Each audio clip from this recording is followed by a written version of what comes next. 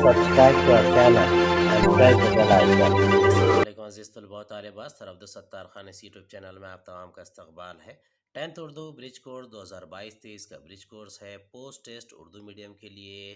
چلیے شروعات کرتے ہیں۔ بعد از جانچ جماعت دہم مضمون اردو مارکس 20۔ درج ذیل درسی اقتباس کا بغور مطالعہ کیجیے اور دی ہوئی سرگرمیوں کو ہدایت کے مطابق حل کیجیے۔ پہلا ہے اقتباس کے حوالے سے رواں خواہ کا مکمل کیجیے۔ سب سے پہلا ہے غصہ۔ غصے کے معنی عربی اور ہندوستانی میں لکھنا ہے۔ عربی میں معنی ہے گلے میں اٹکے پھنسے اور ہندوستانی میں غیظ و غضب۔ خفا۔ خفا کے فارسی میں معنی اور عربی میں معنی فارسی میں معنی ہوتے ہیں گلے میں اٹکے، جبکہ ہندوستانی میں اس کے معنی ہوتے ہیں ناراض۔ عربی میں غصہ۔ غصے کے معنی حلق میں کسی چیز کے اٹک جانے کے ہیں۔ ہندوستان میں اس کے معنی غیظ و غضب کے ہوگے۔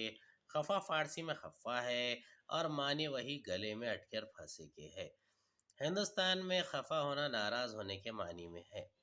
بعض لفظ خیالات کی بدولت ہاتھ آئے ہیں۔ عربی میں فلک آسمان کو کہتے ہیں۔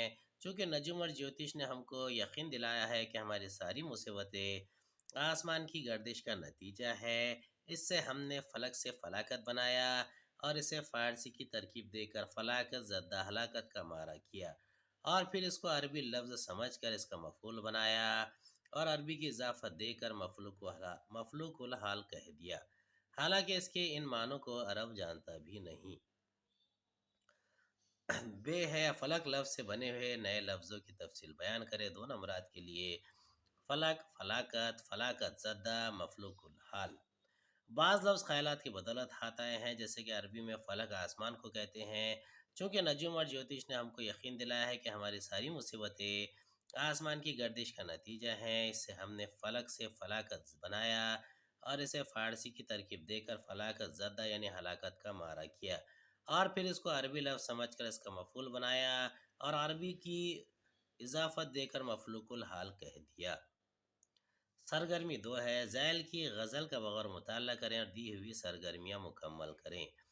بناتا ہے کوئی بھولی کہانی، مہکتے میٹھے دریاؤں کا پانی، یہاں جنگل تھے آبادی سے پہلے، سنا ہے میں نے لوگوں کی زبانی، یہاں ایک شہر تھا شہر نگارا، نہ چھوٹی وقت نے اس کی نشانی، خیالوں ہی میں اکثر بیٹھے بیٹھے بسا لیتا ہوں ایک دنیا سہانی۔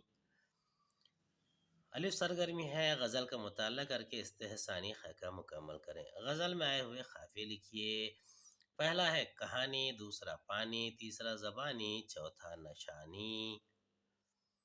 بے غزل سے اپنی پسند کا ایک شعر لکھیے اور پسند کی وجہ لکھیے۔ سرگرمی 3 ہے۔ مندرجہ ذیل محاوروں کو اپنے جملوں میں استعمال کیجیے۔ 2 نمبرات کے لیے چار چاند لگانا، محنت رنگ لانا۔ جو شعر ہے، یہاں ایک شہر تھا شہر نگارا، نہ چھوٹی وقت نے اس کی نشانی۔ تعمیر و تخریب اس دنیا کا ایک ایسا جزو ہے جس کے بغیر اس کی حقیقت کو پیش نہیں کیا جا سکتا۔ زمانے کی تبدیلی دنیا کی شکل و صورت کی تبدیلی سے منسوب ہے۔ کہیں ایک چیز ٹوٹتی ہے تو اسی وقت کہیں کوئی چیز بنتی اور سنورتی ہے۔ ہر تخریب میں تعمیر کا پہلو چھپا ہوتا ہے اور ہر تعمیر میں تخریب کا گمان شامل ہوتا ہے۔ جہاں سائنسی اور صنعتی ترقیوں نے نئی نئی جدید بستیاں بسائی ہیں، وہیں تاریخ کے دھارے میں قدیم و عظیم عمارتیں اور آبادیاں بہہ کر اپنا نام و نشان ختم کرا چکی ہیں۔ اسی بات کا شکوہ شاعر نے اس شعر میں کیا ہے۔ محاورے کا جملے میں استعمال ہے۔ پہلا ہے ظہیر نے IAS میں کامیابی حاصل کر کے گاؤں کی ترقی میں چار چاند لگا دیے۔ دوسرا، آخرکار زید کی محنت رنگ لائی اور وہ کامیاب ہو گئے۔ حصہ ہے تحریری مہارت۔ سرگرمی 4 ہے۔ آپ کے دوست کے والد نے کراٹے کی کلاس شروع کی ہے۔ ان کی کلاس کے لیے درج ذیل نکات کی مدد سے اشتہار تیار کیجیے۔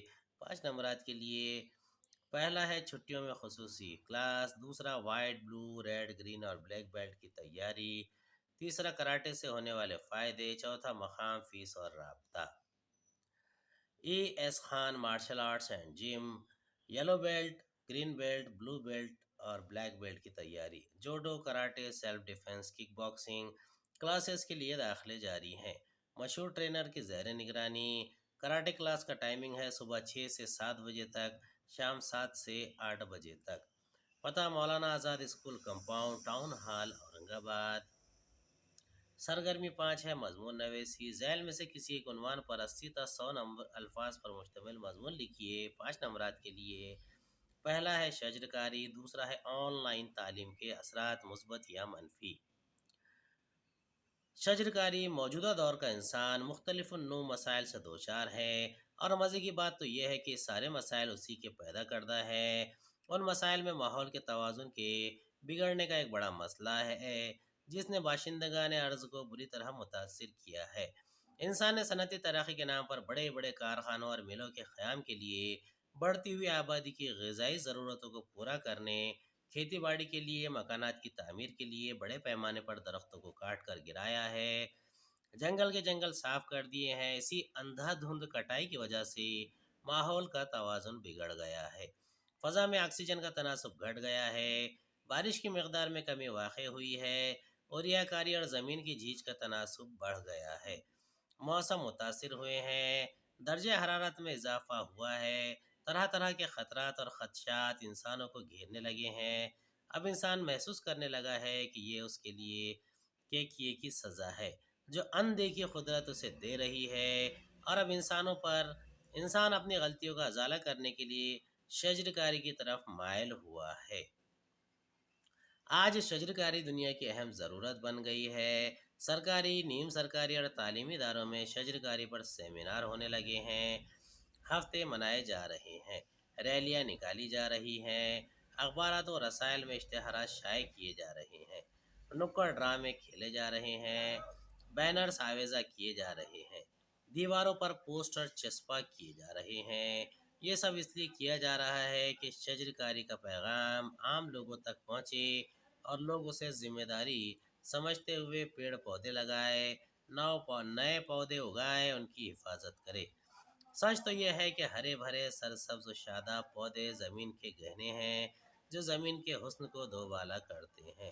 یوں بھی دیکھا جائے تو ہر قدرتی منظر درخت اور پانی کی عکاسی کے بغیر ادھورا سا محسوس ہوتا ہے۔ درختوں سے ہمیں بے شمار فائدے حاصل ہیں، درختوں سے ہمیں قسم قسم کے پھل پھول ملتے ہیں، جھاڑیوں اور پودوں سے جڑی بوٹیاں ملتی ہیں جو ادویات بنانے میں کام آتی ہے، تنوں سے حاصل ہونے والی لکڑی سے خوبصورت اور دیدہ زیب فرنیچر تیار کیے جاتے ہیں، ایک خاص قسم کے درخت کے گودے سے کاغذ تیار کرتے ہیں، بعض درختوں سے لاکھ اور گوند جیسی اشیاء بھی حاصل ہوتی ہے۔ درخت اللہ تعالیٰ کی جانب سے انسان کو عطا کی ہوئی بے شمار نعمتوں میں سے ایک ہے، ہمیں ان کی حفاظت کرنا چاہیے۔ ہر اس مقام کا ماحول فرحت بخش، خوشگوار اور صحت مند ہوتا ہے جہاں کثرت سے درخت پائے جاتے ہیں۔ امید ہے آپ کو ہمارا ویڈیو پسند آیا ہوگا، اگلے ویڈیو میں دوبارہ ملاقات ہوگی۔ خدا حافظ۔